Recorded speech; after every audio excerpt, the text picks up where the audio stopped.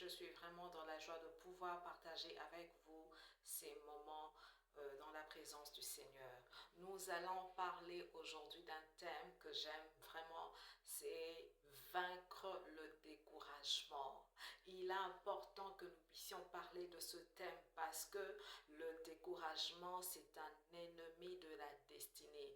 Le découragement t'empêche de vivre, de réaliser les grandes choses que Dieu t'a réservées. Le découragement te maintient, te garde figé vers le passé et on t'empêche de voir, d'avancer, t'empêche de progresser parce qu'il te fige, il te garde fixé sur le passé. Alors je t'annonce, j'ai une bonne nouvelle pour toi, je t'annonce que Dieu te donne la victoire aujourd'hui sur le découragement.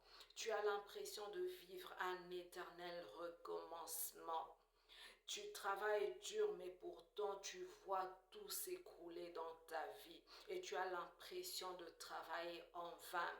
Et le découragement est là. Mais je te dis, lève-toi car tu as la victoire sur le découragement. Cela est arrivé à Isaac. Isaac a connu le découragement. Nous sommes dans Genèse, dans Genèse, le livre de la Genèse au chapitre 26, du 12e verset au 22e verset. Isaac est parti de l'endroit où il était établi à cause de la famine qui avait frappé le pays à l'époque. Et il est allé s'installer à Guédar, à Guérar plutôt. Et Guérar, c'est une ville des Philistins et Isaac est allé s'installer à Guérar. Actuellement, Guérar, c'est une région située entre Rafah et Gaza dans le sud-ouest d'Israël. Et là, il s'est mis à travailler.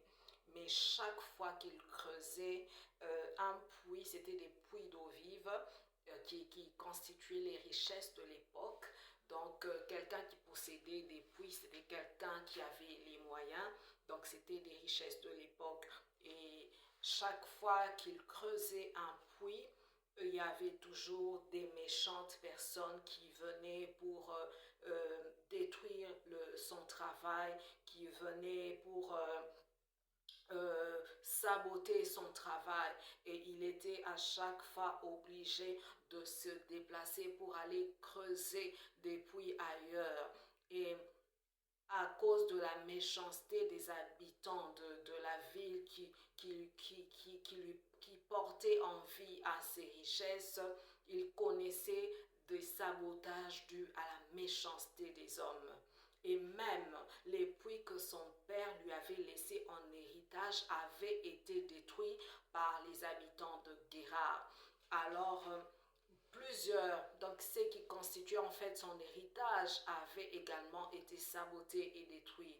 Plusieurs n'ont pas pu bénéficier de leur héritage parce qu'ils ont fait face, ils ont rencontré dans leur vie des méchantes personnes. Mais aujourd'hui, je te dis, malgré le découragement, malgré tout ce qui s'est passé, Isaac ne s'est pas laissé décourager par tous ces événements. Et il a continué à travailler et Dieu qui est fidèle l'a béni. Et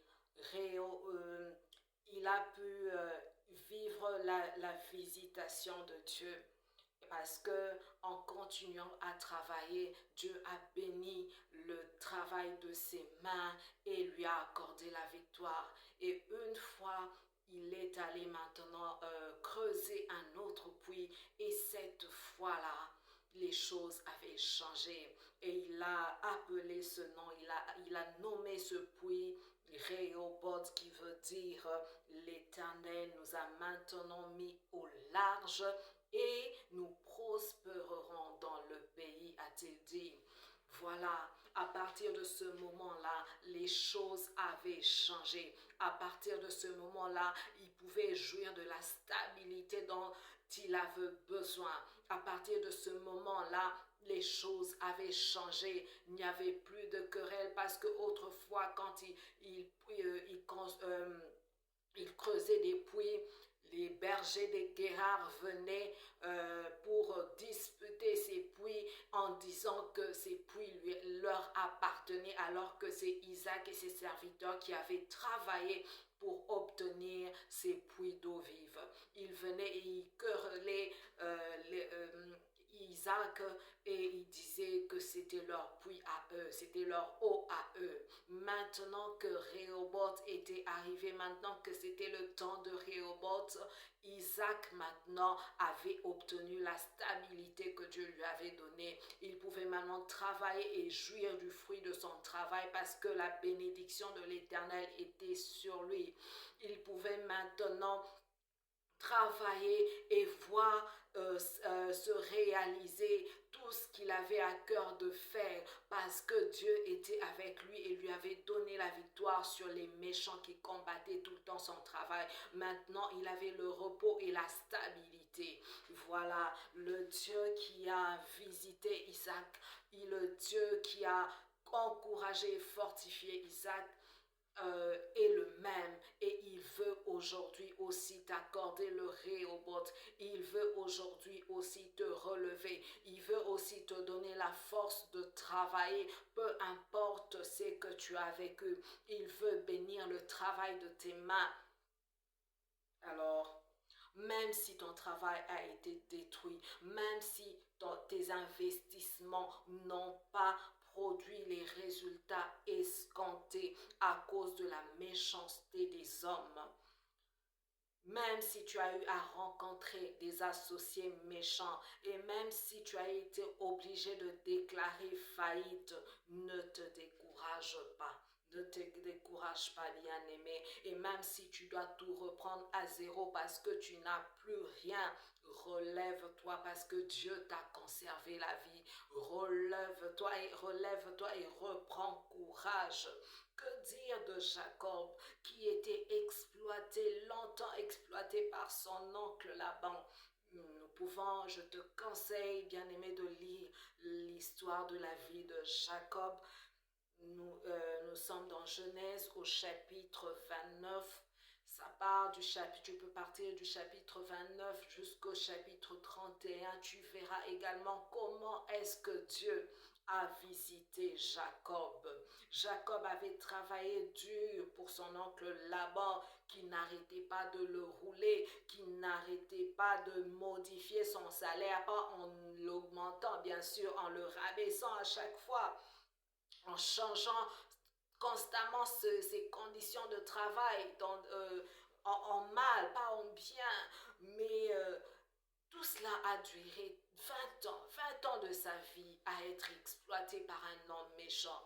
Mais un jour, le Seigneur s'est levé en sa faveur. Le Seigneur s'est souvenu de Jacob. Le Seigneur l'a béni. Le Seigneur lui a donné des stratégies à mettre en place dans son travail et il a pu, à cause de ces stratégies qu'il avait reçues, la sagesse qu'il avait reçue de Dieu, il a pu sortir de ce lieu-là, non pas les mains vides, mais sortir de ce lieu-là où il avait été exploité pendant des années. Il a pu sortir de ce lieu-là béni et enrichi de toutes sortes de biens parce que Dieu était avec lui.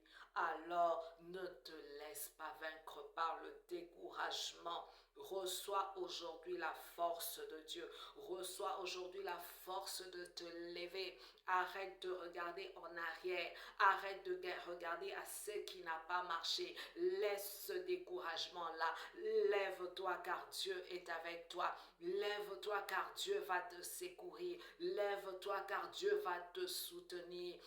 Lève-toi, travaille et rebâtis avec Dieu et tu verras que tu pourras jouir du fruit de ton travail cette fois-ci parce que Dieu, l'Éternel, te met au large. Que Dieu te bénisse et bonne semaine.